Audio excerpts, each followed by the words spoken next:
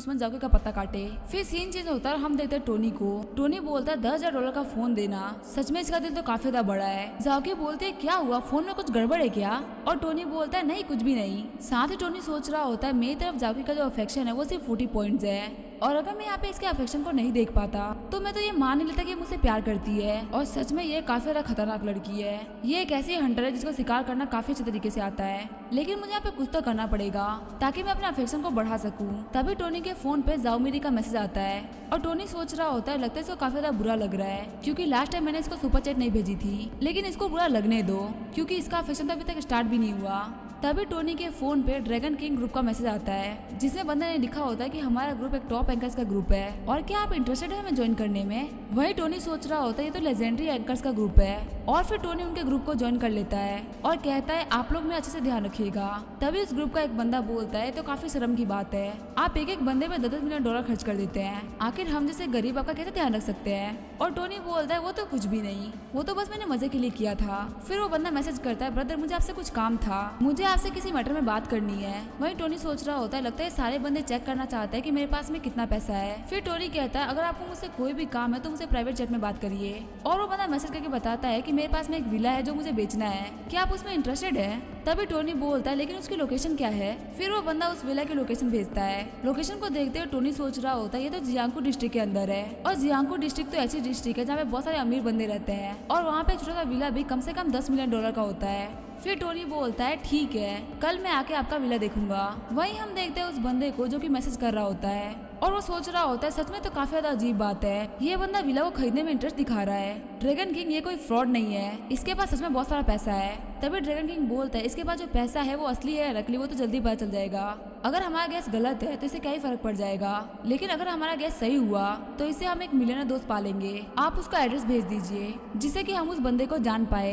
तभी वो बंदा टोनी को एड्रेस भेज देता है और एड्रेस को देखते हुए टोनी सोच रहा होता है अगर ये विला मैं जाके को गिफ्ट कर देता हूँ तो पता नहीं मुझे कितना अफेक्शन पॉइंट मिलेगा। सीन चेंज होता है और हम देखते हैं वो लोग विला के लोकेशन पे आ गए होते हैं। जाओकी कह रही होती है टोनी तुम मुझे यहाँ पे क्यों लेके आए हो? वहीं उस विला के बाहर वो टकला बंदा खड़ा होता है और कहता है जो बंदा आपसे बात कर रहा था मिस्टर स्मोक वो मैं ही हूँ। फिर टोनी को देखते हुए मिस्टर स्मोक बोल रहे होते हैं ये बंदा दिखने में तो काफी ज्यादा ऑर्डनरी लग रहा है, लेकिन इसके साथ में जो लड़की है वो सच में एक ब्यूटी है, कहीं ऐसा तो नहीं ये किसी हिडन फैमिली का बेटा हो। लेकिन जो भी हो अगर ये अमीर भी है तो आज के जो प्राइसेस है उसको नेगोशिएट करना काफी ज्यादा मुश्किल होगा। फिर मिस्टर स्मोक बोलते हैं मेरा नाम है होंग युआन और इसी डिस्ट्रिक्ट के अंदर मेरा एक छोटा सा काम चलता है, लेकिन पैसे की कमी की वजह से मुझे अपना विला बेचना पड़ रहा है, प्लीज एक बार चल के आप मेरे विला को देख लीजिए। और फिर वो एक एक करके उसको पूरा विला अच्छे से दिखाते हैं और कहते हैं आप इस बालकनी से पूरी सिटी का मजा ले सकते हैं। वहीं जाओकी सोच रही होती है अगर टोनी इस घर को खरीद रहा है तो ये कम से कम $10 मिलियन से भी ज्यादा का होगा।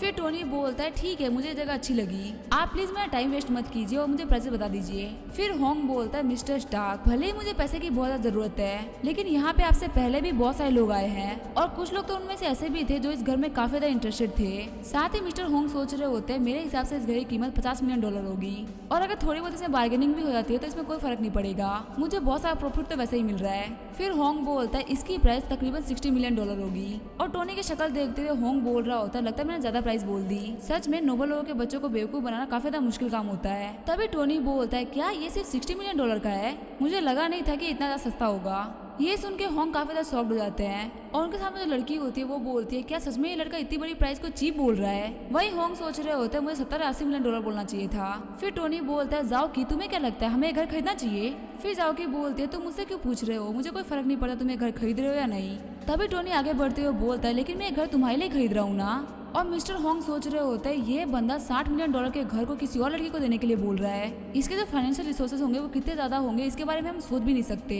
मैं तो बस भगवान से प्रे कर रहा हूँ कि मेरी कोई बात इस बंदे को ऑफेंड ना करी हो। और जाओकी काफी ज्यादा शॉक्ड हो गई होती है और वो सोच रही होती है क्या ये $60 मिलियन का घर मुझे दे रहा है, कहीं ये मुझे किसी ट्रैप में तो नहीं फंसा रहा ना।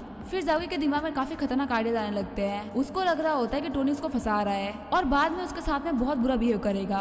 फिर जाओकी बोलती है मुझे सुन के अच्छा नहीं लग रहा, मैं ये घर एक्सेप्ट नहीं कर सकती। फिर टोनी कहता है जाओकी मेरी बात सुनो, जो हमारी गवर्नमेंट है उसने प्रॉपर्टी रखने में काफी सारी रेस्ट्रिक्शन लगा दी है और एक अकेला इंसान बहुत सारी प्रॉपर्टीज को हैंडल नहीं कर सकता, इसी वजह से मैं प्रॉपर्टी तुम्हारे नाम पे कर रहा हूँ। और क्या तुम्हें मेरा घर गिफ्ट करना अच्छा नहीं लग रहा? वही जाओकी सोच रही होती है ऐसे लोग अपनी प्रॉपर्टी अपनी वाइफ को गिफ्ट करते हैं, कहीं ऐसा तो नहीं कि टोनी मुझे अपनी वाइफ समझ के ऐसा ट्रीट कर रहा है। फिर टोनी बोलता है हमारा रिलेशनशिप मेरे लिए काफी ज्यादा मैटर रखता है, जो मेरा है वो तुम्हारा है, यहाँ पे तुम्हें अंतर करने की कोई जरूरत नहीं है। वही जाओकी की अफेक्शन 90 पॉइंट तक बढ़ गई होती है और टोनी कह रहा होता है एक दिन ये सिनेमा मुझे सलाम ठुकेगा, मेरी एक्टिंग इसके इतनी ज्यादा अच्छी है कि मुझे ऑस्कर मिलना चाहिए। तभी होंग की सेक्रेटरी बोलती है बॉस आप देख रहे हैं ना लोग अपनी गर्लफ्रेंड को कितना बड़ा बड़ा गिफ्ट दे रहे हैं, आप मुझे घर कब गिफ्ट करने वाले हैं? वही होंग सोच रहा होता है मैं क्या करूँ, मैं गरीब हूँ, मैं इतना महंगा घर अफोर्ड नहीं कर सकता।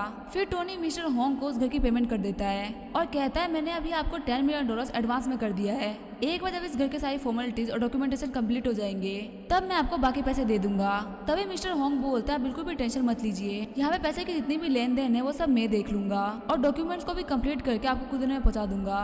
फिर टोनी अपनी टैक्सी लेके वहाँ चला जाता है और टोनी को टैक्सी जाते हुए देख के मिस्टर होंग बोल रहे होते हैं इस बंदे के पास इतना सारा पैसा है, ये चाहे तो कार नहीं कार की कंपनी खरीद दे, लेकिन फिर भी सिर्फ फिजिकल एक्सरसाइज के लिए ये टैक्सी से ट्रेवल कर रहा है। सच में जितना ज्यादा बंदे के पास में पैसा होता है वो उतना ही ज्यादा ऑर्डिनरी लाइफ जीता है। वह जो सेक्रेटरी होती है वो सोच रही होती है ये बंदा तो इतना ज्यादा यंग है, अगर इसको सेक्रेटरी चाहिए तो मुझे इसकी सेक्रेटरी बनना है। वही टोनी सोच रहा होता है झाओकी का जो अफेक्शन पॉइंट है वो 90 पॉइंट तक बढ़ चुका है और एक बार जब अफेक्शन पॉइंट 95% तक हो जाएंगे तो जो मैंने इसके ऊपर इन्वेस्ट किया है वो मुझे मिल जाएगा।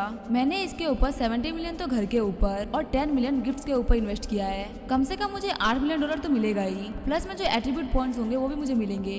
सच में मुझे काफी ज्यादा मजा आएगा। वही झाओकी सोच रही होती है मुझे तो ऐसा लग रहा है कि हमारी जल्दी शादी होने वाली है। फिर झाओकी सपने देखते हुए बोल रही होती है पहले उनकी शादी होगी फिर उनके बच्चे होंगे, उसके बाद चैन बूढ़ा होकर मर जाएगा। तभी झाओकी अपनी बिल्डिंग के बाहर पहुंच जाती है और टोनी बोलता है झाओकी उठो।